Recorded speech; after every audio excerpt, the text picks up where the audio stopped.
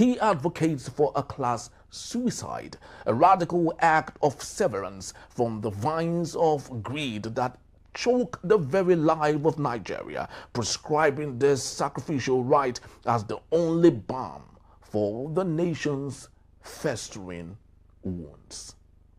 Now, we bear witness to Innocent Aduluba, a custodian of integrity, where honesty flows like a river untainted.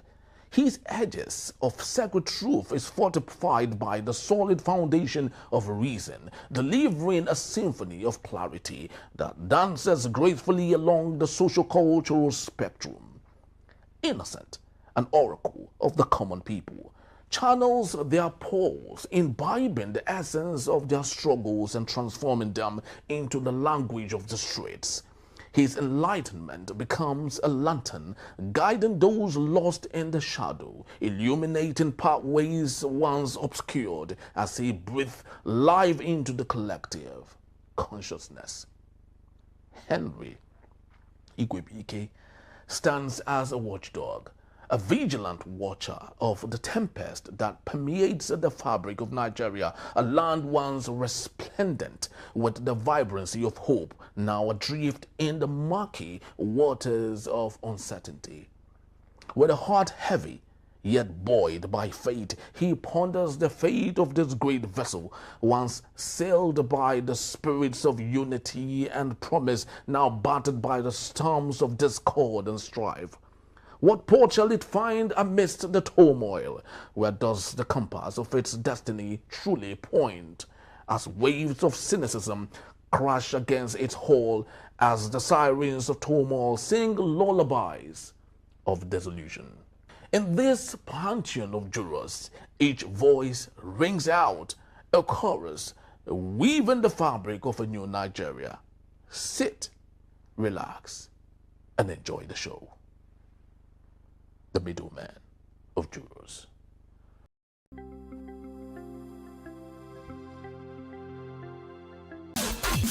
Middleman.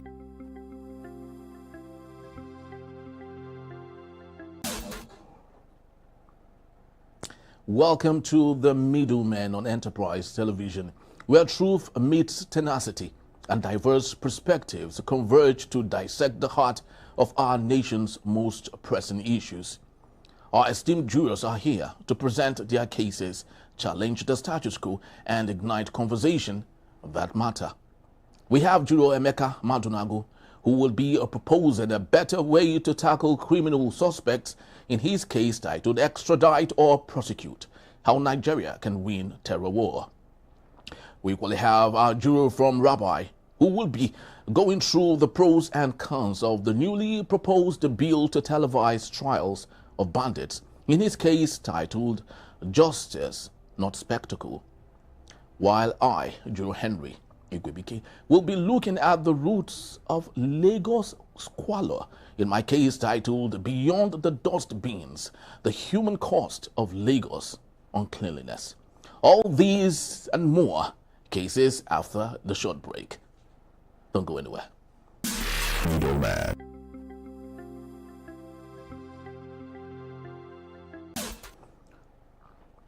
Thank you for staying tuned, and this is The Middlemen on Enterprise Television. My case, Beyond the Dustbins, the Human Cost of Lagos Uncleanliness.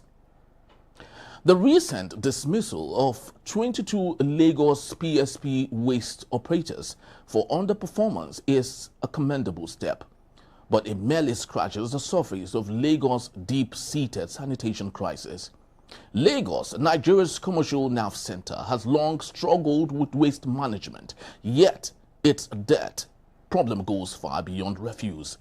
In a city where open defecation is treated with indifference and heaps of garbage decorate public spaces, uncleanliness has become normalized. The roots of Lagos squalor run deep, predating independence, and decades later, both leadership and citizens seem resigned to the mess. But physical waste is only one half of the problem. There's also the human waste, and the system you've relegated to touting like agri work instead of being empowered with education or digital skills. These young lads and men, often weaponized during elections, are symptoms of a failed structure that prioritizes control over progress. Now, firing the PSPs might clean up a few streets, you will agree with me, but without addressing the root in governance and the rot that comes with it, youth empowerment and citizen accountability, Lagos will remain a giant urban slum marked by glass buildings and PR. Until Lagos State cleans its leadership mindset and invest in its people, not just in beings, true sanitation will remain out of reach for Lagosians and Nigerians residing in Lagos. Julius. Yeah, this is one very strong case, and I'm happy you are bringing it up. As we speak, I have a case pending at the Federal High Court between the Attorney General of Lagos State, myself, and the Attorney General of Ogun State on this issue of lack of proper sanity, or what you call sanitation, in Lagos State and Ogun State. Not just Lagos. You know, Ogun State borders Lagos State, and they are both cooperating and joining forces with each other to make debts all over the place.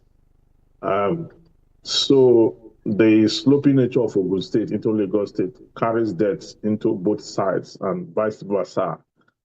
So it has become a very big problem. And I don't know why a state like Lagos State, that is called a center of excellency, is not able to manage the volume of human person and the debt that comes with it. So it's quite unfortunate. We are told that Lagos State generates a huge chunk of money as internal generated revenue, and Ogun State do the same, and that they don't owe salaries. They pay their workers as at when due and the rest of that. But then taking care of the environment has become a big issue. The last time Lagos was taken care of really visibly was during the era of Fashola, who invested heavily in the environment. And you could tell at that time how it attracted foreign investors, even in the midst of insurgency. Foreign investors came because Lagos gained credibility and visibility all over the world. Now there are more building, more infrastructure. If you go to Ikoyi VI, you will see that there are even more standard infrastructure now that should be followed up with cleanliness to put Lagos back where it used to be before now. But unfortunately, the government of Babatunde Sanwo-Olu is not serious about cleaning Lagos. That's one. Two, since he got into office, he's not been able to lighten Lagos in the night. Unlike on time of Fashola, there were street lights all over the place. Lagos was beautiful in the night. Today is no longer so. That comes with the same incompetence. Ambode tried a little bit, even though he ran into crisis when he changed the Lama, he changed it to his own company and the rest of that, had problems and the rest of that. But since Fashola left, we've not seen that level of seriousness and commitment to the environment. They have, I think, three ministries on environment. One that has to do with advertising. They have another one that has to do strictly with the managing the environment generally. And another one that I think revolves around the coastal area and the rest of that. These three ministries put together, one would have thought that with the combined effort of the three, you have a city that is, that is not filthy, that is filth-free. But that's not the case. That's not the case. As I talk to you now, I don't know what the time is now. People are defecating now on that expressway, the Lagos-Ibadan expressway. There's a place called Shit Capital at Ojo after Lasso. No, is it not between? Is that before or after Lasso? Within the Ajangbadi area, it's called Shit Capital.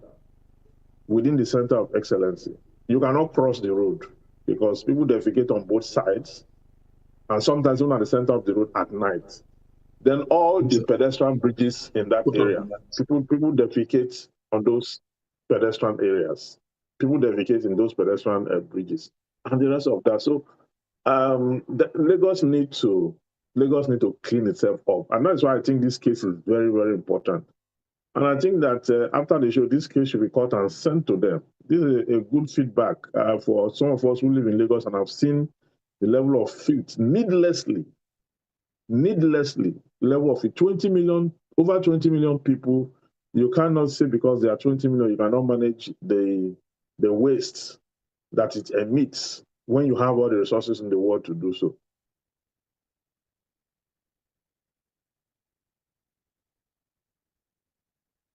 To say because Lagos is the commercial capital of not just Nigeria but also of West Africa. So what it means is that whatever happens in Lagos, reflects the business and economic activities in West Africa.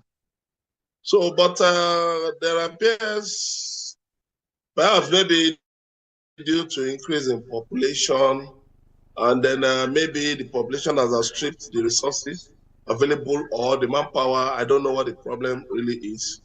But I believe the Lagos State government can do better than what it is doing right now. I mean, look at Lekki, for instance, where you have where you have wastewater flowing from, homes into the streets, and vehicles, wade in this water. I was lucky not too long ago to have, slipped on a curb somewhere in Lekki. I almost landed inside the water on the road. I sustained some pain, in my shoulder, my waist. Now,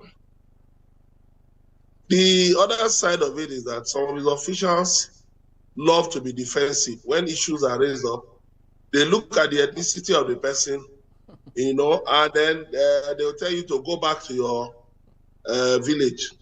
But when you look at the background of some of these people, they are not even from Lagos. So, which is a tragedy. People in public office who don't count accountability as a major, as a major part of their duty. So they get defensive.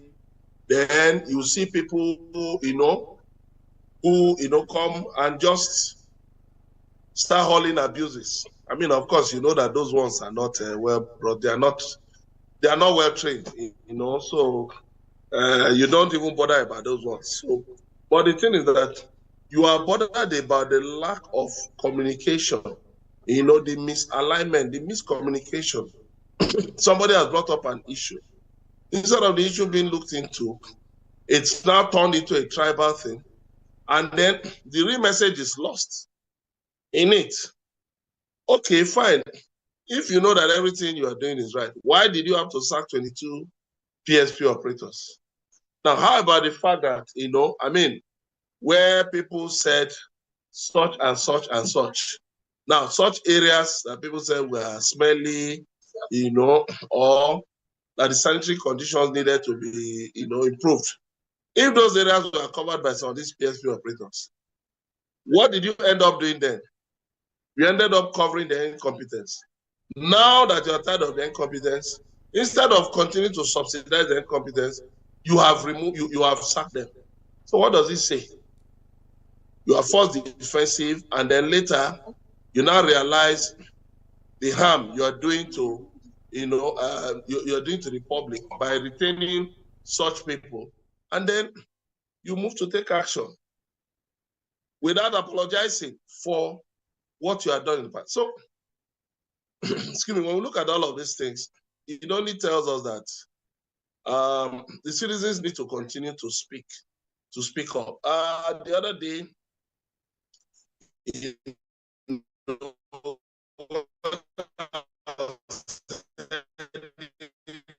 from the island, to the mainland, I had to go through a combo. Everywhere was lit, up until we now got to Ojota.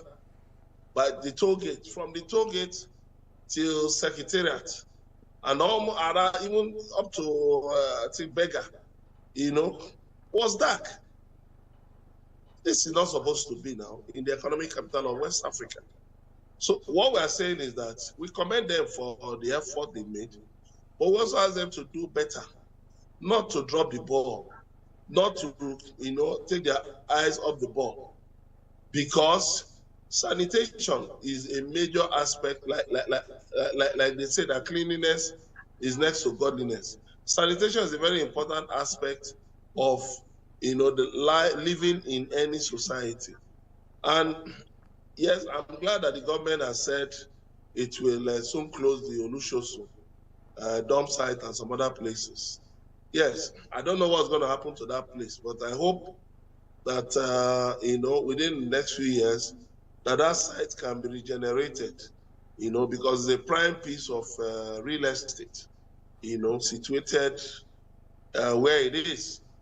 So I hope the government will take this advocacy in good faith, and then go further, go beyond just sacking these 20-something PSP operators, to taking other actions that we portray it as a listening and a working government. Thank you.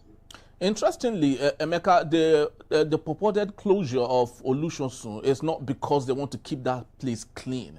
Inside Scoop says the reason they want to close that place is because of banditry, largely because that place is majorly populated by people that they have seen as contributing to possibly insurgency and all. So that's why they are actually hoping to close Olushosu. Now, ironically, I was at Chinatown, still in the same Olushosu, a microcosm of what should be a major society. Enter into that Chinatown, and then you will recognize that the problem we have in Nigeria and Lagos particularly is not because we do not have what we need to make our place clean, but because we do not have the willpower from those in authority. The management of that Chinatown, I love to believe, headed by a Chinese man, you need to see how organized that Chinatown is. Greenery areas, children playing areas, everywhere is sparkling clean. The same Olushosu. So you could see that the problem we have is with our recruitment processes, starting from Sonwo-Olu, whom I would love to believe has not done a great job, has never done a great job, and even if he's given 8 more years, he will still not do a great job. So I think I blame all of this on our recruitment processes via elections. And I think if we can settle that, then maybe we must start thinking like the Chinese man who is taking care of that Chinatown that has made it look good, and possibly we might copy and paste that in Lagos State in its entirety. Now, we will take a quick break, and when we return, Juro Emeka Madunagu will be here to present his case titled Extradite or Prosecute, How Nigeria Can Win Terror War. Do stay tuned. Middlemen.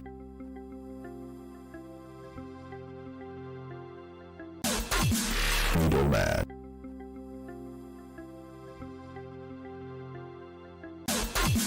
Middlemen.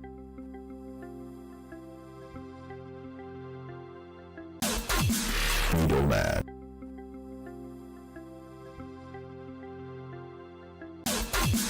Middlemen.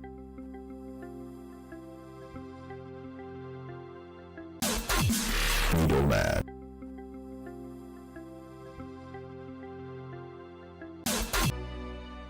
My people, the elections are around the corner. Before you know it, it will be 2027. But before then, for you to partake in the election, you must have your voter's card. And for you to have your voter's card, you must register. INEC has rolled out the drums. We call this program Continuous Voters Registration. And it is for you to register. This is to do that if you want to vote. And it's important that you take part in the process of voting. Just go there, give them your name and your address. That's all. And of course, they will capture you, take your picture, and that's all. You are done. Within 5 minutes, you are done. And after that, when the time comes, they call it claims and objection time. That's when you look at it, they will paste all the results or the names of those that have registered all over the places. You will go to the place you register, check your name that is well spelled, and the information you've given them correct. And that's all. After some time again, they will tell you that your voter's card is ready. You go and pick it. That is all. Be a good Nigerian citizen. Partake in the process, because it's a duty imposed on you by Section 23 of the 1999 Constitution as a good citizen. And you will be better off by voting, because you have your mind that, yes, you voted right. I'm Wale Ogunade, constitutional lawyer, human rights activist, and president, Voters Awareness Initiative. Thank you. Middleman.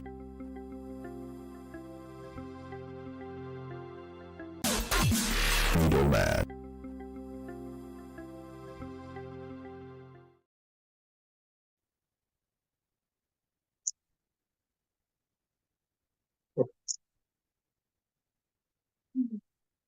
You're welcome back.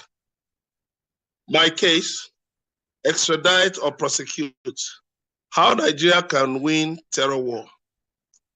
So much has been said about how to win Nigeria's anti-terror war.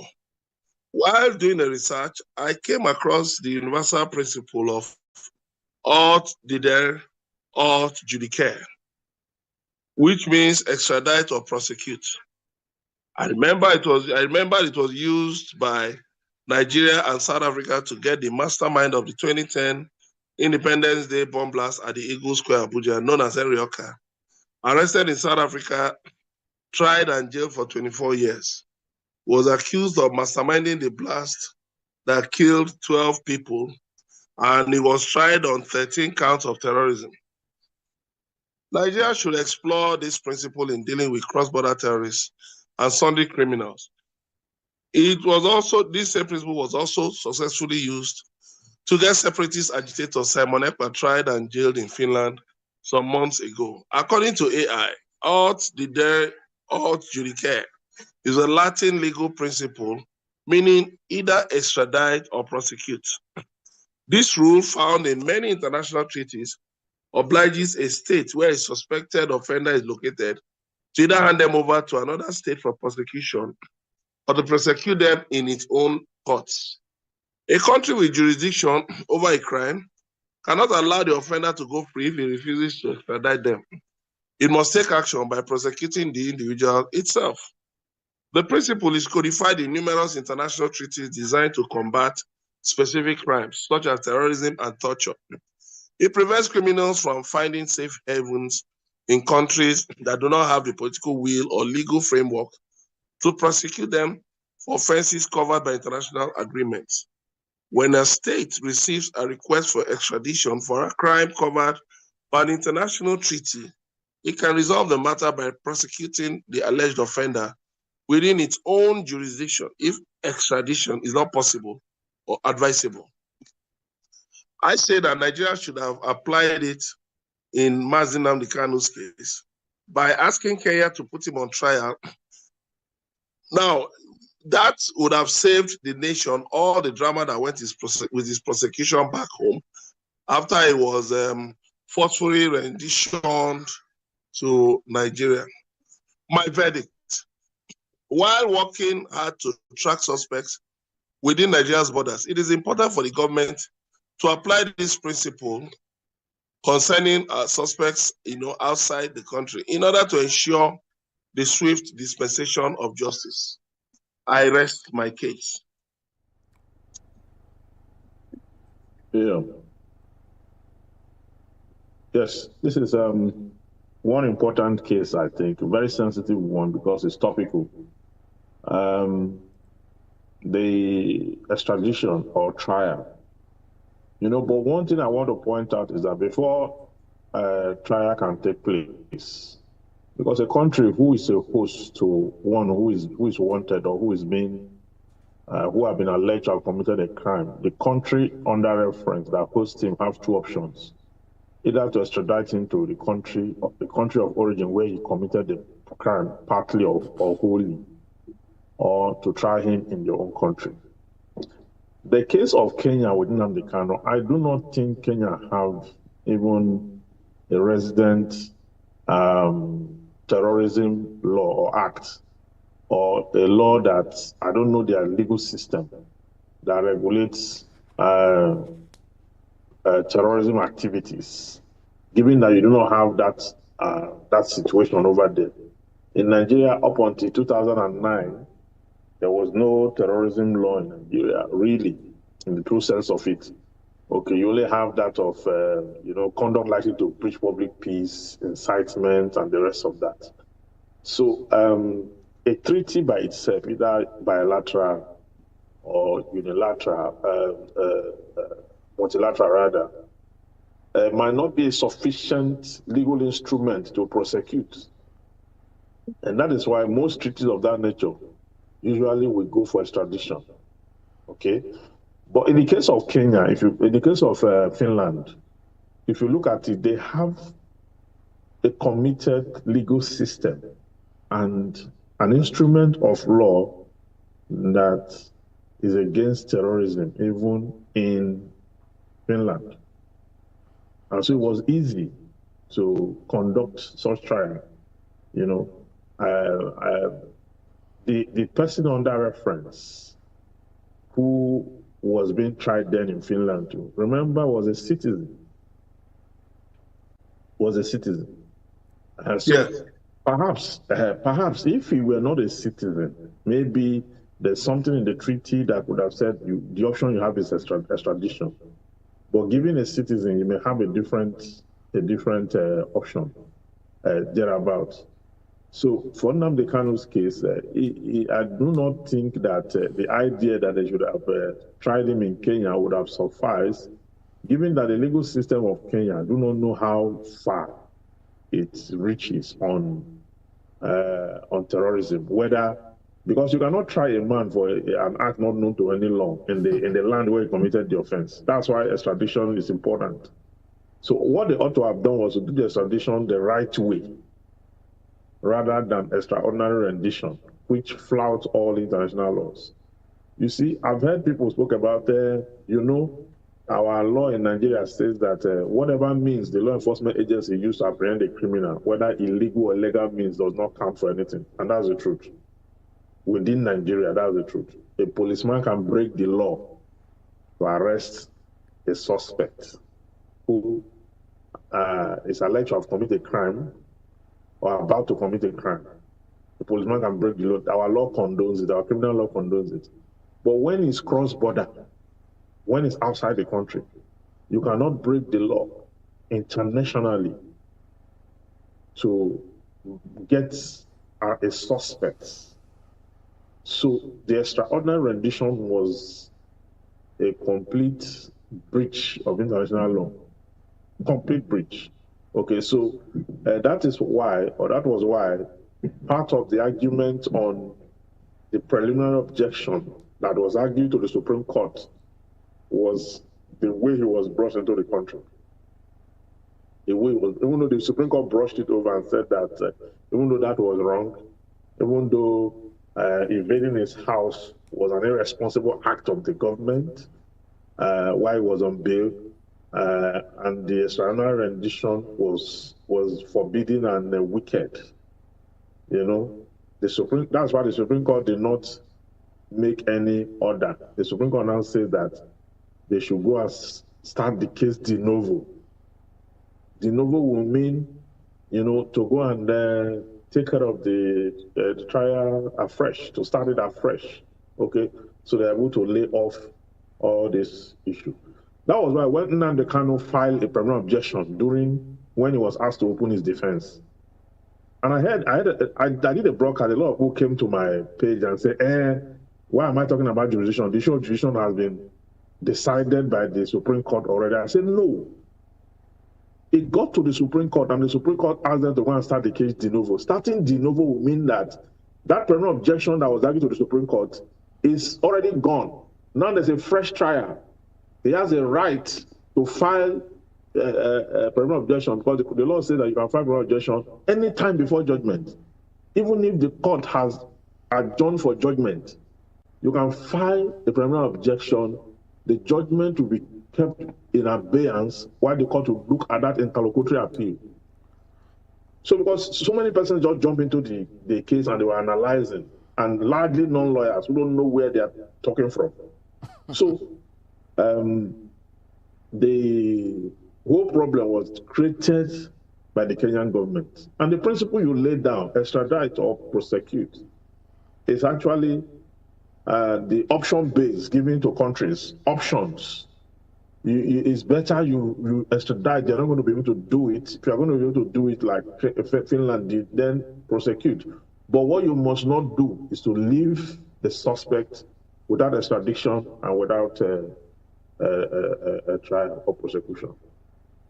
Yes, I think... why I actually brought the case up was because, you know, I mean, I looked at the case of Henry Oka, you know, how then President Goodluck Jonathan quickly handled the matter, you know, where they waited for him to go to South Africa. I think he went to Angola. I think he was arrested in Angola and then moved to South Africa, you know, and he was tried by a South African court.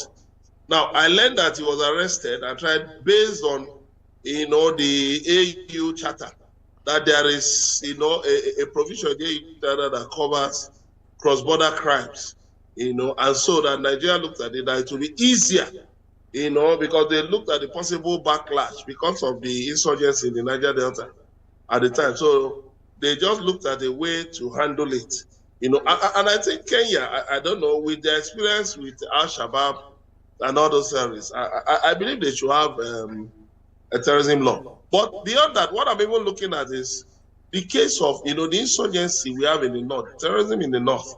We know that these guys are cross-border criminals. They move between Nigeria and other countries, and they move in the Sahel. So instead of, for instance, antagonizing the countries of the Alliance of Sahel States, AES, that is Mali, Burkina Faso, and Niger, instead of antagonizing them, is it not better, for instance, to work with them within the AU Charter to say, okay, when we drive, you know, when we're in hot pursuit, even we charge, we're in hot pursuit of these people, please help us apprehend them. If you can't bring them to Nigeria, you can just help us try them over there. You know, in Chad, of course, terrorism is punishable by death, you know, by firing squad. In some countries, DR Congo and all that, it's punishable by a firing squad. So I'm looking at measures, you know, although I'm not a lawyer, but I'm looking at measures that, you know, we can apply to deal with this, terrorism, you know, with this problem, this menace of terrorism, and, you know, quickly win it. Because when we're talking of terrorism sponsors, some of these people are not even within the country. Who are those giving these criminals, you know, those sophisticated rifles and all those equipment that they are using? Of course, it will be, I doubt if those things pass through our borders in Nigeria, even though there have been, you know, interceptions of such dangerous weapons. So I want to believe that if we track these sponsors to some other countries, instead of bringing them here to face our judicial system with constant adjournments and all that, the Nigerian government can quietly, you know, do a shuttle diplomacy, talk to the, you know, judicial authorities in some of these countries and say, please help us get these people, put them on trial, you know, because we extradite them. I mean, we'll just keep, look at the Boko Haram fellow that just been, that was jailed for 20 years. Look at how long his trial has taken. Look at Kabiru Sokoto. Look at others whose trial has been on, you know, interminably. So I think in that way, if we can deal with them judicially, I'm just thinking, you know, as a layman, that if we can use some of these methods, you know, then that we can make some progress with the anti-terrorism war. Yes, very well said. I think I would love to go at this from a moral standpoint, and that is rested on the fact that other nations can only take us seriously when we are serious ourselves. And this brings my mind, you know, back to Abdul Muttalib, the the aircraft bomber, the young boy or the son of a billionaire. He's a Briton, actually. He committed that crime, hoping to bomb that aircraft, a U.S. known aircraft. And of course, he was extradited to Guantanamo in America, where he is serving. I do not know the point that he is right now. And also, there are these two young boys in Nigeria, two brothers that defrauded an American girl. As a result of that, the young girl in America killed herself. And America came to Nigeria and extradited those two brothers. They are currently serving jail time in the United States of America. Now, why am I bringing all of these references? It's because lots of countries would not take us seriously going by the way we treat various issues. We're talking about extradite or prosecute. How much of prosecution have we done to people we can see right here in Nigeria? Our bandits are on social media. In fact, they are more celebrated right now. They are like celebrities on TikTok. We see them. Before now, they used to cover their faces with just shades. But now, it's open. They can see us. We can see them. They distribute their loots and they equally do, gift cards and all. But our DSS and other prosecution agencies can't even try them or prosecute or even get them.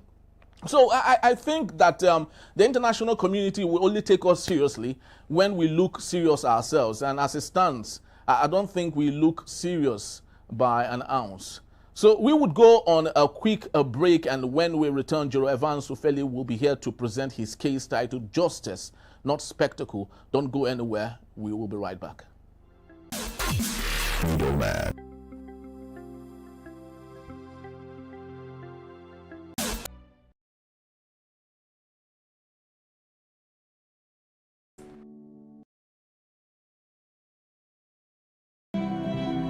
The highly anticipated book titled Citizen Jones Selected Prologues is finally here.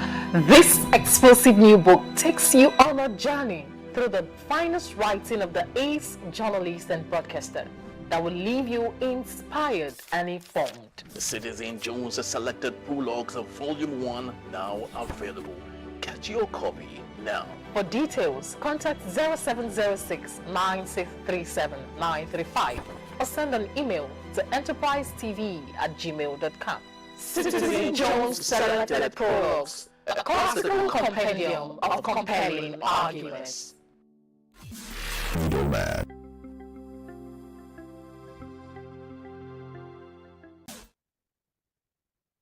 Welcome back to the Middlemen of Jurors. My case, justice, not spectacle. The Nigerian House of Representatives proposal to publicly televise trial of bandits, Boko Haram, their sponsors and other insurgents is well-intentioned in the pursuit of transparency, but risks serious unintended consequences. Terrorist groups already caught attention. They publish TikTok lifestyle videos, parade their fighters, and use media to recruit and intimidate. Televising courtroom proceeding would amplify that dynamic rather than contain it. The most urgent problem is witness safety during trial. Many witnesses are ordinary citizens, survivors, or insiders whose testimony is essential in the trial of insurgents. Public broadcast makes them identifiable, makes them easy targets for retribution. Even voice distortion or face masking are imperfect shield, and affiliation network can still expose witness through contextual clue. The result will be fewer people will be willing to come forward, undermining prosecution and justice. There are also security and legal concerns. A televised trial can become stages for propaganda, allowing defendants to grandstand and spread extremist narrative. Broadcasting sensitive evidence may compromise ongoing investigation and jeopardize intelligence sources. Moreover, the presumption of innocence could be eroded by the spectacle of media coverage affecting fair trial rights.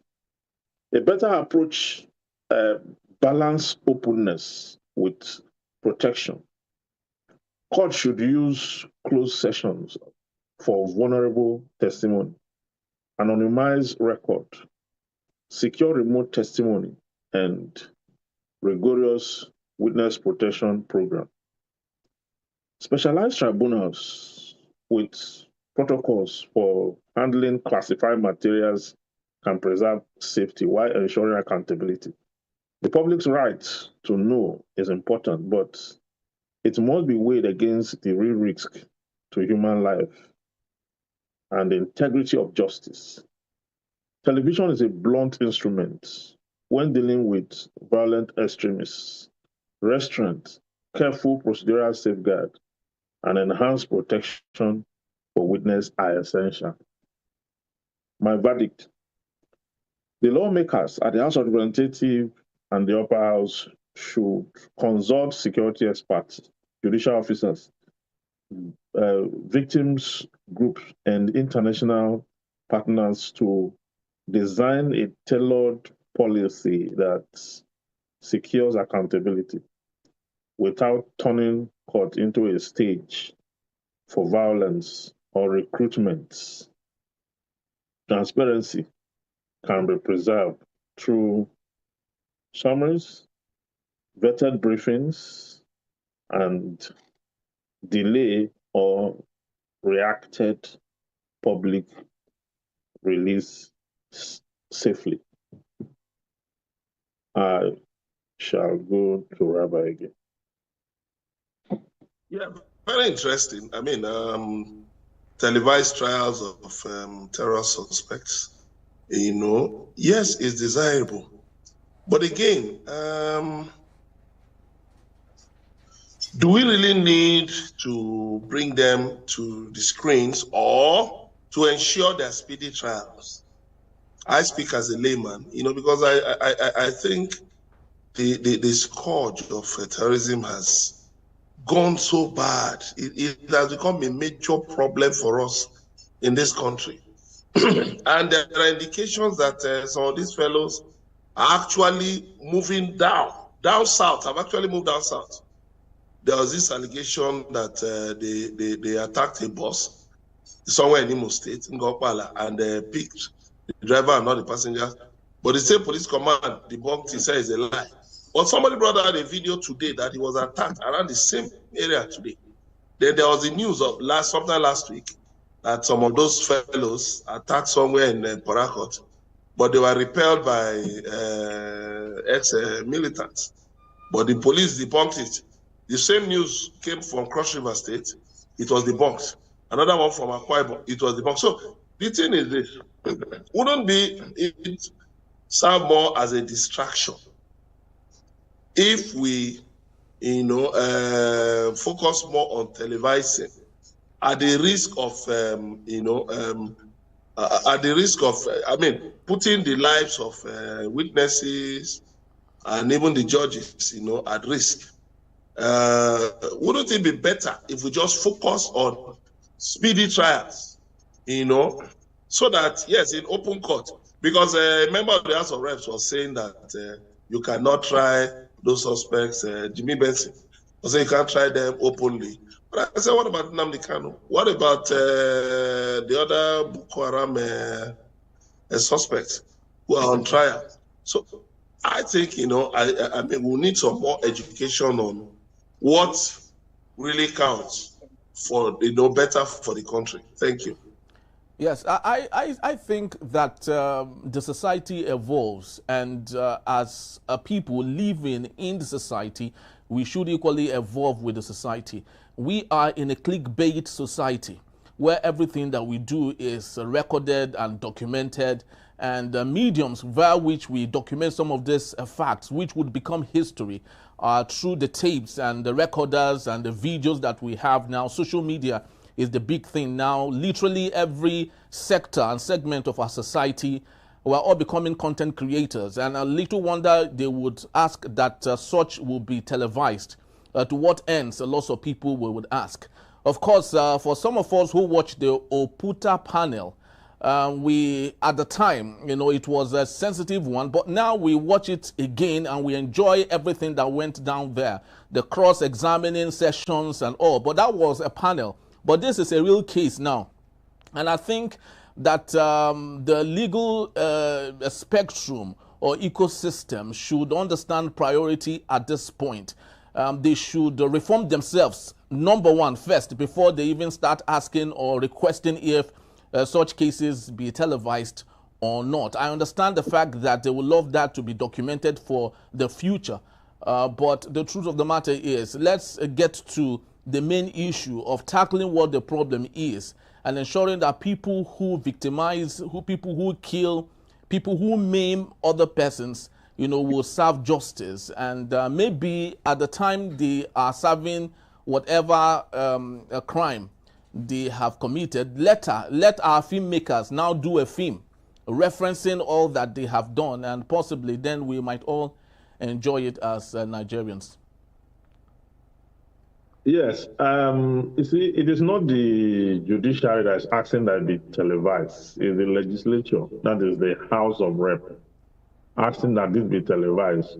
I know it is well-intentioned. They are looking at transparency so that people will see that the trial will go smoothly, and so it will not be shrouded in secrecy, and everybody will see in transparent manner what must have transpired and the rest of that.